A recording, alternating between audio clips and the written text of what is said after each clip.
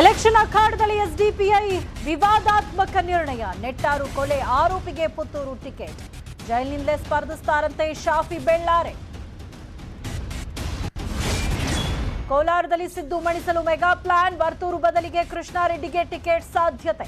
ಮತ್ತೊಂದೆಡೆ ಸಿದ್ದುಗೆ ದಲಿತ CM poster ಮುಜುಗರ.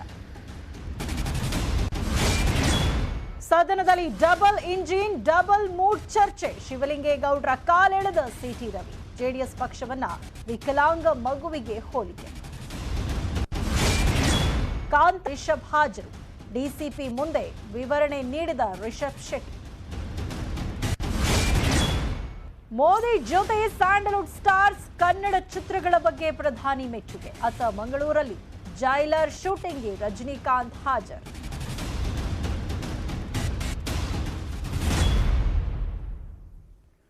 ನಮಸ್ಕಾರ, ನಾನು ಸೌಮ್ಯ.